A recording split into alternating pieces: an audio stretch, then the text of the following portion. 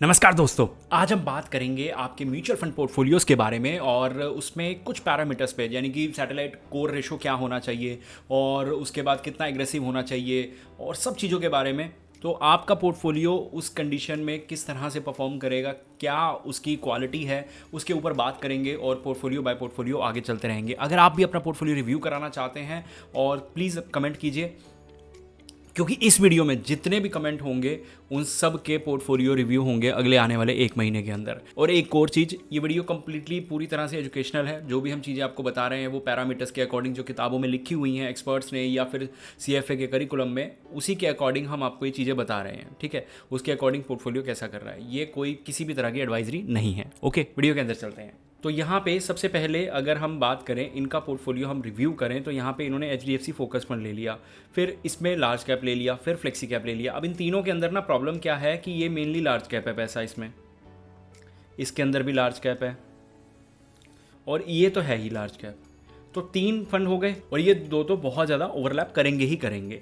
उसके बाद क्वालिटी की बात करें तो यहाँ पे ये अच्छा है, मोतीलाल ओसवाल मिड कैप, लेकिन फिर से मोतीलाल ओसवाल मिड कैप। अब आप कहोगे कि नहीं ये तो लार्ज एंड मिड कैप है, तो ये वाले जो मिड कैप होंगे ना, ये इस मिड कैप से 100% ओवरलैपिंग में होंगे और ये होगा इनसे 100% ओवरलैपिंग, ठीक है। उसके बाद HDFC का स्मॉल कैप, ओके चलो कोई बात नहीं, लेकिन AMC तीसरी बार आ रही है ये, तो AMC एक से ज़्यादा बार या 20% से ज़्यादा नुकसानदायक होती है। ओके, निप्पॉन का मल्टी कैप, तो 2 फंड में मैं यहाँ पे नहीं बोलूँगा। देखो इस तरह के पोर्टफोलियो ना हम पिक नहीं करते, क्यों?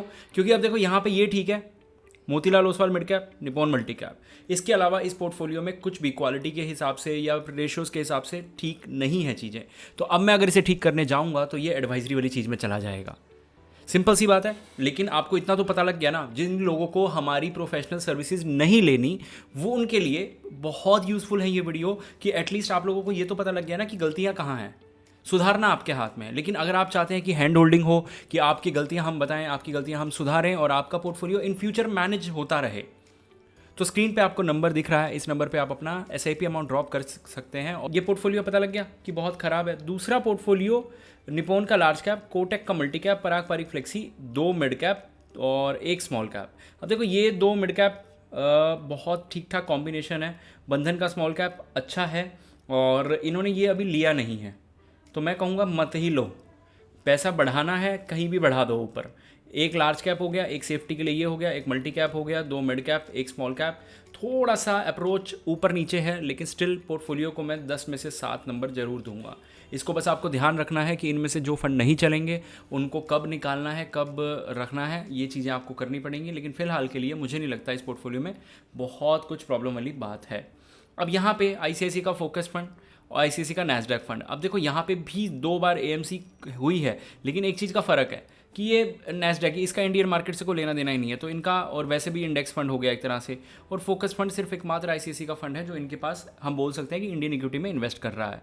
2 स्मॉल कैप का कॉम्बिनेशन, एक टाटा का, और ये 2 स्मॉल का कॉम्बिनेशन गजब के हैं। तो मेरे हिसाब से पोर्टफोलियो में 10 में से 9 नंबर मैं देना चाहूँगा।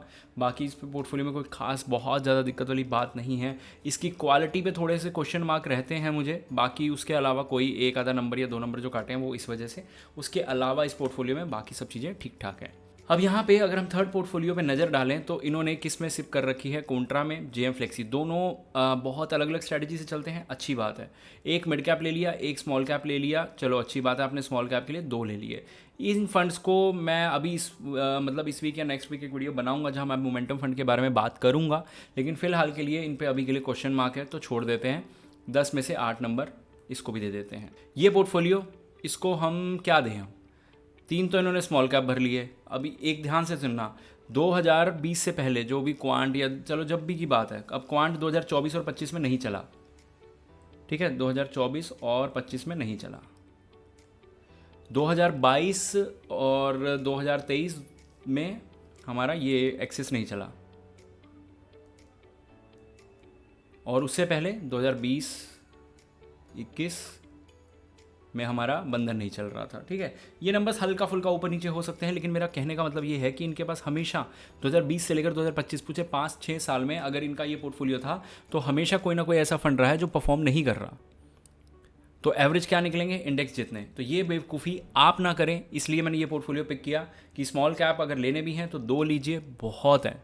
और फिर अगर 2 भी ले रहे हैं तो उनको चर्न करना पड़ेगा आपको। इस पोर्टफोलियो को ना, ये पोर्टफोलियो हमें थोड़ा सा ठीक लगा, इसमें थोड़ी कमियां भी हैं, लेकिन इस पोर्टफोलियो को हम डिटेल में रिव्यू करेंगे नेक्स्ट वीडियो में, वो जरूर देखिएगा, क्योंकि उस वीडियो के अंदर अगर आप ये देखेंगे कि इस पोर्टफोलियो डिटेल में कैसे रिव्यू हुआ तो आप भी शायद करवाना चाहें, और उस वीडियो में अगर आप कमेंट करेंगे तो हो सकता है आपका पोर्टफोलियो पिक हो और वैसा ही डिटेल रिव्यू जो आपको शायद अगर आप किसी एडवाइज़र के पास जाएंगे या कहीं पे भी जाएंगे तो शायद आपको 5-5 हज़ार रुपये का मिले, तो वो फ्री में मिलेगा आपको सिर्फ और सिर्फ उस वीडियो के अंदर। और अभी चलते हैं, ठीक है। पराग पारिक फ्लेक्सी ले लिया, एक स्मॉल कैप हो गया, एक मिड कैप हो गया, एक माइक्रो कैप हो गया, ठीक है, मतलब ओके ओके है। माइक्रो कैप में उतना ज़्यादा पैसा भी नहीं है, तो ओके ओके है, लेकिन अगर ये आपके पोर्टफोलियो का 10% बन रहा है तो ठीक है। 15.5 और रफली 23, 25, 26 के आसपास पोर्टफोलियो है, तो ये 10% बन रहा है, 9-10% के आसपास, कोई बुराई नहीं है, इतना आप चला सकते हैं। बाकी पोर्टफोलियो आपने ठीक ठाक कर रखा है, कोई दिक्कत नहीं है। और पराग के अंदर थोड़ा सा 1000-2000 SIP बढ़ा दो, या फिर जब भी आप लमसम करो तो कर सकते हो, क्योंकि देखो ये ना एग्रेशन और बेवकूफ़ी के बीच का एक थोड़ी सी जो पतली सी लाइन है ना, तो आप उस लाइन पर खड़े हो। कुछ गलतियां करोगे तो बेवकूफ़ी वाली साइड चले जाओगे, कुछ स्मार्टनेस दिखाओगे तो थोड़ा सा पोर्टफोलियो एग्रेसिव भी रहेगा और आप अच्छा खासा मतलब सेफ्टी नेट भी बना लोगे। ओके, होपफुली आप समझ गए होंगे। इस तरह के इंटरेस्टिंग वीडियोस के लिए हमें फॉलो करें, मिलते हैं अगली वीडियो।